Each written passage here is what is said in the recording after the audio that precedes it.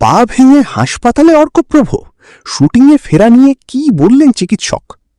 পর্দায় সব সময় প্রাণবন্ত আর হাসি খুশি চরিত্রে দেখা যায় অভিনেতা অর্কপ্রভ রায়কে, কিন্তু বাস্তবে এবার বড়সড় দুর্ঘটনার মুখে পড়লেন কম্পাস ধারাবাহিকের এই জনপ্রিয় অভিনেতা।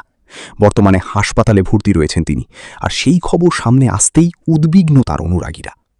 সম্প্রতি সোশ্যাল মিডিয়ায় ভাইরাল হয়েছে অর্কপ্রভর একটি ছবি।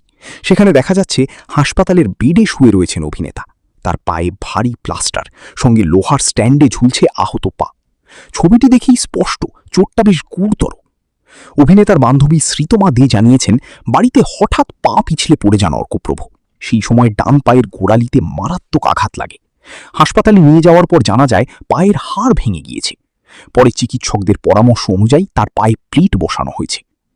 চিকিৎসকদের মতে এই ধরনের হাড় ভাঙা থেকে পুরোপুরি সুস্থ হতে সময় লাগে, তাই আপাতত কিছুদিন সম্পূর্ণ বিশ্রামেই থাকতে হবে অভিনেতাকে। স্বাভাবিকভাবেই এখন প্রশ্ন উঠছে, এত বড় চোট নিয়ে কবে আবার শুটিং ফ্লোরে ফিরবেন অর্কপ্রভ?